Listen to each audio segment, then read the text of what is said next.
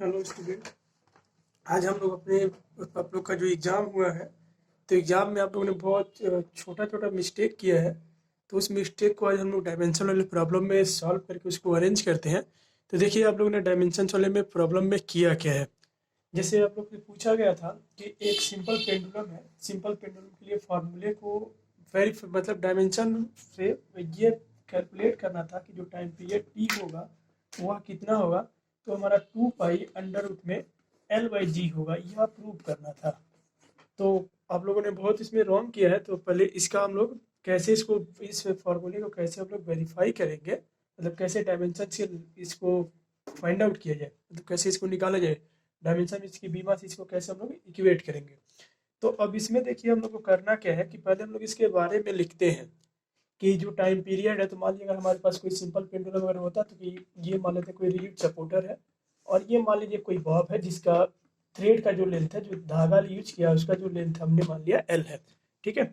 जब इस पे आप कोई फोर्स लगाएंगे तो मान लीजिए फोर्स लगाया तो ये जो बॉब है यहाँ पे आ गया, डिस्प्लेस होकर यहाँ चला गया, तो लेंथ तो यही हुआ।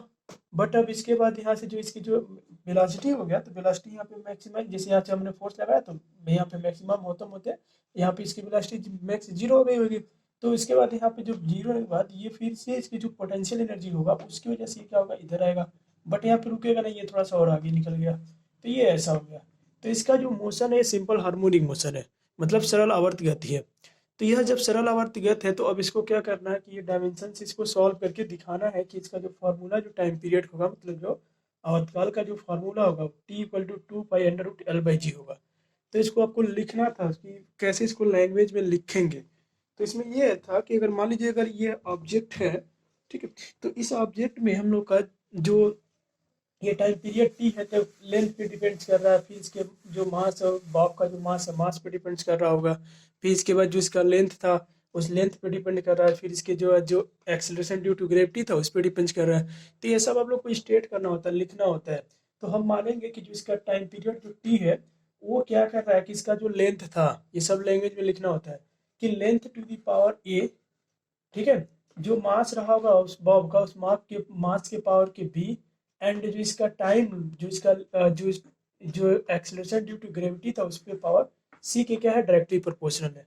तो अब क्या करेंगे, इस प्रोपोर्शनलिटी कांस्टेंट को हटाएंगे। तो ये जब इस नियतांक को जब हटाएंगे तो इसके जब हम मान लीजिए के लेते आते हैं और यहाँ पे लिख दिया कि L to the power A, M to the power B and G to the power C. ठीक है। अब देखिए क्या करते हैं, बोथ साइड डायमेंशन लिखते हैं, दोनों तरफ क्या करेंगे, बीमा लिखेंगे। लेकिन किससे, तो अब यहाँ पे हम लोग कहेंगे बाय लॉ ऑफ होमोजेनिटी, मतलब हम लोग का जो आपका जो होमोजेनिटी जो प्रिंसिपल है, उस होमोजेनिटी प्रिंसिपल के अकॉर्डिंग जो टाइम पीरियड टी का जो डायमेंशन होगा वही डायमेंशन इस राइट हैंड साइड का भी होना चाहिए। तो अब अगर हम लिखेंगे writing dimension on both side, ठीक है, तो ऑन राइटिंग हिंदी वाले लोगों के लिए होगा कि यह दोनों तरफ हम लिखेंगे कि दोनों तरफ बीमा लिखने के लिए, ठीक है ना, writing dimension on both side, ठीक है, डायमेंशन ऑन बोथ साइड।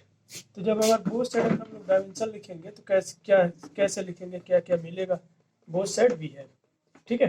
तो अब देखिए अब इसका जब डायमेंशन लिखते हैं तो टी का डायमेंशन क्या होगा, तो टी तो हमारा टाइम है, तो टाइम के लिए डायमेंशन के लिए हम लोग टी यूज करेंगे। के हमारा क्या है, एक नियतांक है, एक कांस्टेंट आती है, डायमेंशन लेस हो गया। एल, एल मीन्स लेंथ है, लेंथ के लिए हम लोग मीटर यूज करेंगे, मीटर का मतलब एल हो गया। अब देखिए जो अब आप लोगों ने कुछ बच्चों ने रॉन्ग किया है कि जो मास होता है तो मास के लिए जो डायमेंशन हम लोग यूज करते हैं ना वो एम यूज करते हैं, ठीक है। लेंथ के लिए जो यूज करते हैं तो लेंथ के लिए हम लोग एल यूज करते हैं, और जो टाइम है तो टाइम के लिए हम लोग क्या यूज करते हैं, तो कैपिटल टी यूज करते हैं। तो ये सारा डाटा को हम लोग को स्टोर करना था, सबको लिखना पड़ता है। तो अब देखिए अगर इसका अगर डायमेंशन लिखते हैं तो क्या हो जाएगा, तो अब इसको हटाते हैं फिर इसके बाद लिख लेते हैं। तो अब देखिए जो हमारे पास इक्वेशन था तो उसमें जो टी का डायमेंशन होगा वो तो टी ही होगा, ठीक है, ये तो टी हो गया। के तो डायमेंशन लेस था, और जब भी डायमेंशन लिखते हैं तो हम लोग ऐसे ब्रैकेट का यूज करते हैं, और आप लोग इसका यूज नहीं कर रहे हैं तो ये मार्क्स यहाँ पे कटते हैं। अब देखिए के तो कांस्टेंट था एल, तो एल मीन्स हमारा हो गया लेंथ, लेंथ का मतलब एल, तो पावर ए।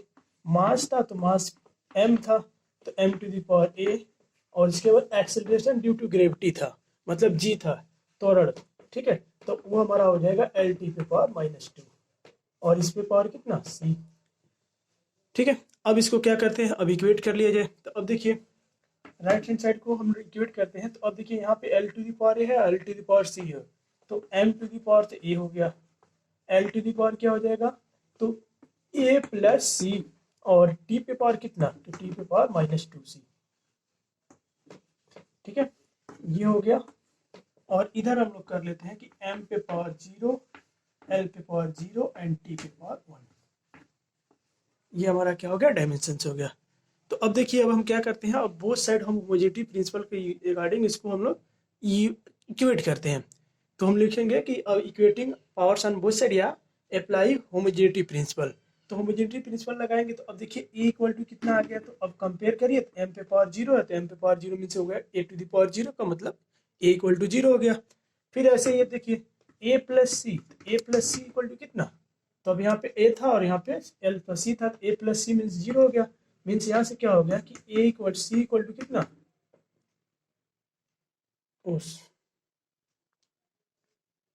सॉरी एम पे पावर बी था। ठीक है, ये एम पे पावर बी था, तो यहाँ पे बी इक्वल टू 0। हाँ, अब ए प्लस सी इक्वल टू क्या हो जाना है, तो ए प्लस सी इक्वल टू कितना हो गया, तो सी इक्वल टू कितना हो गया, -a हो गया। अब देखिए सी, अब यहाँ पे 2c इक्वल टू कितना है, तो 2c इक्वल टू 1 है, तो अब इसका अगर यूज करते हैं तो -2c इक्वल टू कितना हो गया, 1 हो गया। तो अब अगर यहाँ से अगर हम a का वैल्यू निकालें तो सॉरी c का वैल्यू निकालें तो कितना हो जाएगा, तो c इक्वल टू कितना हो जाएगा, तो c इक्वल टू हमारा हो गया -1/2। ठीक है, हमको c का वैल्यू मिल गया 1/2। अब यह क्या करते हैं, इस इक्वेशन में लाके पुट करें। तो अगर यहाँ पे अगर हम पुट करेंगे तो c इक्वल टू तो -1/2 है, तो a इक्वल टू कितना हो जाएगा, तो अगर a का वैल्यू पुट करते हैं तो इसको हटाते हैं। तो अब देखिए अगर हम a की यहाँ पे वैल्यू अगर पुट करते हैं तो a इक्वल टू कितना आ जाएगा, तो a इक्वल टू हमारे पास मिल गया, तो a इक्वल टू यहाँ से -c है, तो -c का मतलब -1/2, सिंपल क्या हो गया, 1/2 हो गया। अब जो हम लोग का इक्वेशन नंबर 1 था उसमें वहाँ पे हम लोग डाटा जाके पुट कर देते हैं, मतलब b equal to 0, c equal to -1/2 and a equal to 1/2। अब उस इक्वेशन में जाके पुट करिए, तो इक्वेशन था क्या चीज़, तो अब उसको पहले लिख लेते हैं, फिर हम यहाँ पे अरेंज करते हैं। तो अब देखिए हमारे पास जो इक्वेशन था तो वो था t equal to k times l पे power a m to the power b and t to the power c, sorry g to the power c, यही था। ठीक है, तो अब l का वैल्यू कितना आया है, तो k तो एज यूजुअल होगा, l का वैल्यू हुआ a to the power a का वैल्यू कितना है, तो 1/2 है, तो l टू द पावर 1/2 हो गया। m, तो m टू द पावर 0 हो गया, क्योंकि b का वैल्यू कितना था, 0 था, एंड c का वैल्यू कितना है, तो c का वैल्यू -1/2 है। तो अब देखिए ये हम लोग क्या कर सकते हैं, ये 1/2 है, 1/2 है, तो ये माइनस है, तो इसको नीचे ला सकते हैं, तो k टाइम्स l/g और होल पे पावर कितना कर सकते हैं, 1/2 कर सकते हैं। ठीक है, तो अभी जो इक्वेशन जो हमने पीछे जो लिखा था t इक्वल टू, तो वो अगर यहाँ पे पुटअप करें तो क्या हो जाएगा, सिंपल लिख सकते हैं ना, t equal to k times under root, क्योंकि 1/2 का मतलब क्या होता है, अंडर रूट होता है, तो अंडर रूट l/g, ये हो गया। अब देखिए ये एक्सपेरिमेंटल डाटा है कि k का जो वैल्यू होता है वो 2π होता है, तो अब इसी के यहाँ पे हम लोग क्या लिख सकते हैं, तो यह लिख सकते हैं कि 2π अंडर रूट l/g। ठीक है, यह टाइम पीरियड होगा, तो ऐसे आपको अरेंज करना था। अब इसी पे एक प्रॉब्लम और कर लेते हैं। तो इसमें सिंपल होता है कि जो भी डाटा हो उस डाटा के अकॉर्डिंग कि जो पावर्स, जैसे एग्जाम्पल लिखते हैं कि जो लेंथ है, लेंथ हमारा क्या कर रहा है, ए टू दी उसके रेस्ट टू दी पावर ए के अकॉर्डिंग चेंज हो रहा है, मास जो है, मास हमारा rest to the power b के अकॉर्डिंग चेंज हो रहा है, और जो एक्सेलरेशन ड्यू टू ग्रेविटी है वो हमारा रेस्ट टू दी पावर सी की तरह, मतलब उस पर जो घात है, जो पावर्स है उसके अकॉर्डिंग ए बी सी के अकॉर्डिंग क्या कर रहे हैं, वेरी कर रहे हैं। अब उसके अकॉर्डिंग इसको अरेंज करना था। अब नेक्स्ट क्वेश्चन है कि मान लीजिए अगर कोई हमारा सर्कुलर मोशन करता हुआ, कि जैसे मान लेते हैं कि कोई एक आपके पास एक स्ट्रिंग है, और स्ट्रिंग में मतलब एक धागा है, धागे से आपने क्या किया है, एक पत्थर को बांधा हुआ है। मान लिया आपने क्या किया, एक पत्थर को बांध करके, एक स्टोन को बांध करके इस पे रोटेट करा रहे, घुमा रहे हैं। ठीक है, तो जब घुमा रहे हैं तो ये जो बॉब मतलब ये जो स्टोन है उसका मान लेते हैं कि जो मास m है। ठीक है, और जब इस पे आपने फोर्स अप्लाई किया, और इस जो सर्कुलर पाथ पे जो आपका जब हाथ से जब इसको स्ट्रेट करेंगे, जब इस सर्किल में जब घुमाएंगे, तो मान लीजिए कि रेडियस हमारा r है। ठीक है, तो अब देखिए इसकी टेंडेंसी क्या होती है, एक इसकी टेंडेंसी होती है कि इस पे जो फोर्स लगेगा वो बाहर की तरफ लगेगा, और एक जो फोर्स लगेगा हमारा अंदर की तरफ लेगा, मतलब एक अपकेंद्र बल और एक अभिकेंद्र बल, मतलब एक सेंट्रीफ्यूगल और आपका सेंट्रीपिटल और एक हमारा सेंट्रीफ्यूगल फोर्स। तो अब आपसे कह रहा है कि जो हमारा जो सेंट्रीफ्यूगल फोर्स है, ठीक है, और यहाँ सेंट्रीपिटल फोर्स है, तो अब इसमें हम लोग कर लेते हैं कि जो इसका अभिकेंद्र बल है, तो मान लीजिए स्टोन का जो वेग है, जो वेलोसिटी है, वो इस वेलोसिटी v के साथ क्या कर रहा है, इस पे घूम रहा है। तो अब उसका कह रहा है कि जो इस पे फोर्स लग रहा होगा, इस स्टोन पे जो बल लग रहा है, उसको फार्मूला ड्राइव करिए। बस डाटा इतना ही दिया है कि एक आपका स्टोन है, स्टोन का मास m है, एक सर्कुलर, एक मतलब वृत्ति पथ पे घूम रहा है, जिसका त्रिज्या क्या है r है और उसका वेग v है। तो क्या करिए, इसका अभिकेंद्र लगने वाला जो ये पत्थर जो है, जो स्टोन है, इस पे लगने वाला अभिकेंद्र बल का क्या करिए, फार्मूला डिजाइन करिए। फार्मूला बताइए क्या होगा। तो अब इसके लिए हम लोग ये इसी का यूज करते हैं। तो हम फिर से वही कहेंगे कि जो ये फोर्स है, यह फोर्स क्या कर रहा है कि जो इसका मास रहा होगा, जो स्टोन का मास रहा होगा, उसके power a, mass to the power a के, फिर इसका जो रेडियस है, रेडियस की पावर b के, और जो इसका वेलोसिटी है, radius to the power c के, क्या है, अकॉर्डिंग यह वेरी कर रहा है, इसके पावर के अकॉर्डिंग यह क्या कर रहा है, वेरी कर रहा है। तो अब हम लोग फिर से क्या करेंगे, इस इक्वेशन को थोड़ा सा और शॉर्ट किया जाए, मतलब ये पर्सनालिटी कांस्टेंट को हटाते हैं, तो इसको हटाकर हम यहाँ पे क्या लिख देते हैं, के लिख देते हैं। तो के इक्वल टू क्या लिख सकते हैं, F equal to M to the power A, R to the power B and B to the power C. ठीक है, तो अब इसको ऐसे अरेंज कर सकते हैं। अब देखिए क्या करेंगे, बोथ साइड डायमेंशन लिखेंगे, तो वही राइट एंड मतलब writing dimension on both side. तो अब कहेंगे दोनों तरफ बीमा लिखनी है। तो अब जब डायमेंशन लिखेंगे तो फोर्स का डायमेंशन होता कितना है, तो ये तो आप लोगों ने पढ़ा ही होगा कि एम एल टी पे पावर -2। ठीक है, ये तो हमारा हो गया फोर्स का डायमेंशन।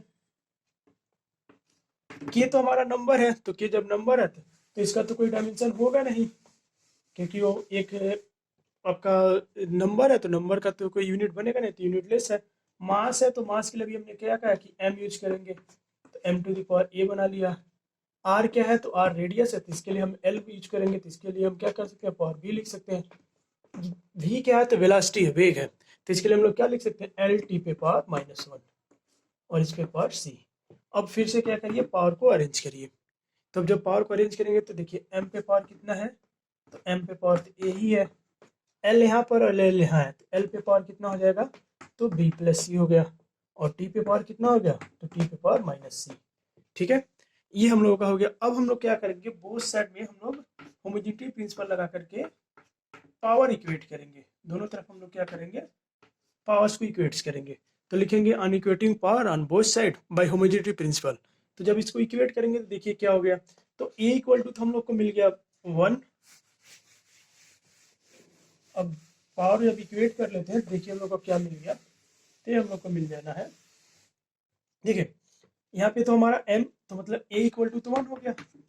अब देखिए b plus C equal to, तो b plus C equal to हम लोग का कितना है, l पे पावर 1 है, और इसके बाद क्या है कि माइनस सी इक्वल टू, तो माइनस सी इक्वल टू -2 है, माइनस सी इक्वल टू -2 है, तो मतलब माइनस से माइनस कट जाएगा, तो ये हम लोग का हो गया प्लस हो गया, सी इक्वल टू 2 आ गया।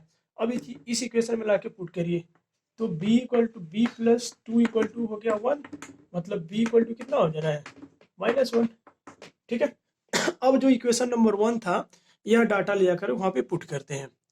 तो जो इक्वेशन था उसको इक्वेशन को लिख लेते हैं। तो अब इक्वेशन में अगर पुट करेंगे तो क्या हो जाएगा, देखिए f इक्वल टू हम लोग का था k टाइम्स m पे पावर a था, तो m पे पावर a मतलब तो a 1 ही है, तो m पे पावर तो 1 हो गया, ऐसे लिख लेते हैं। जनरली लिखते नहीं है, बस वैसे लिखते हैं।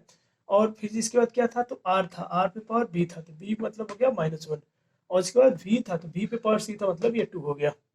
तो अब देखिए अब क्या हो जाना है, अब फार्मूला बन जाना है। आर को पावर नेगेटिव है तो उसको नीचे ला लेते हैं, तो एफ इक्वल टू हम लोग लिख सकते हैं के times m v square by r. ठीक है, ये हमारा क्या है, ये अभिकेंद्र बल का फॉर्मूला है।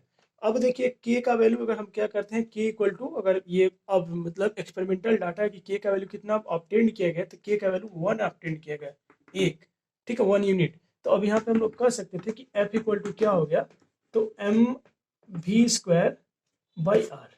ठीक है, ये हमारा हो गया उस स्टोन पर लगने वाला बल का फॉर्मूला।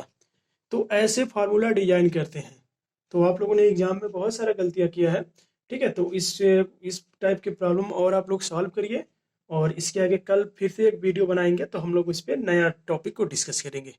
ठीक है, तो आप अपने दोस्तों को ये चैनल शेयर करिए, लाइक करिए, जहाँ पे टॉपिक ना समझ में आए वहाँ पे कमेंट्स करिए, ठीक, और ज़्यादा से ज़्यादा इसको शेयर एंड लाइक करिए।